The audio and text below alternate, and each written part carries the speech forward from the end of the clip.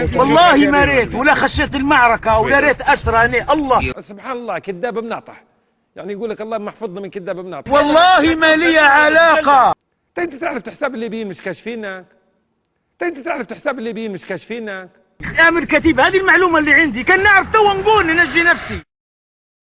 والنبي عندك مرأة تقول هذا فارسي، تقول هذا انت فارسها.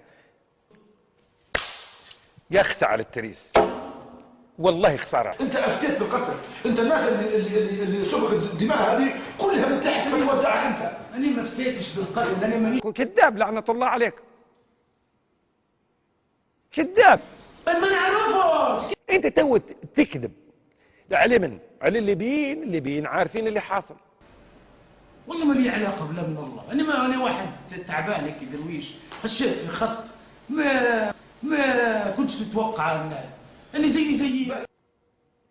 مالكش قيمه، لو عندهم مالكش قيمه، يعرفوك انك كذاب، ويعرفوا انك ماك شيء، ويعرفوا انك انت ما تسوي شيء، ويعرفوا انك عفاك الله انت تعرف بصاقهم اللي بعيد عنكم من فهمهم، انت افضل منك انت. اسمعني، اني من فتره والله العظيم اكثر من الجامع، والله العظيم ما لي علاقه لا من داخل.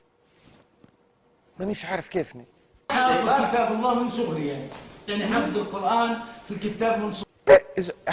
سبحان الله، هذا اخر وقت احرف، هو وقت احرف فعلا. روحت ما عندي السكن، متشردت، يجي 3 سنوات وانا متشرد. شخص قال لي تعال انت حافظ كتاب الله يرحمه سعد جوان، تعال وفي جامع اسكن فيه وشد خطيب بس. كذاب لعنة الله عليك، كذاب. انت مالكش علاقه بالدين. انت تخاطب في الليبيين فاهمين راه، حتى من يفتحوا عليك اللي قناعتهم زي قناعتك في 60 داهيه. تمشي تقعد تقطف وتقول في اشياء ما هيش انت تعرف ان من صح. هم يعرفوا الحقيقه راهم، مهما تكذب عليهم انت راهم يعرفوا الحقيقه. الناس اللي انت تخاطب في الليبيين ولا تخاطب في وحدين في الغيب. حسيت ان في حاجه الا كذبت نفسي. شبني شوفوا تفاهه هؤلاء الناس قديش تافهين، كم هؤلاء الناس حقراء. على ورش الصانع مش مقتنع بمعمر انت. لا مش ماشي الكلام. هذه اخرتها، هذه اخرتها.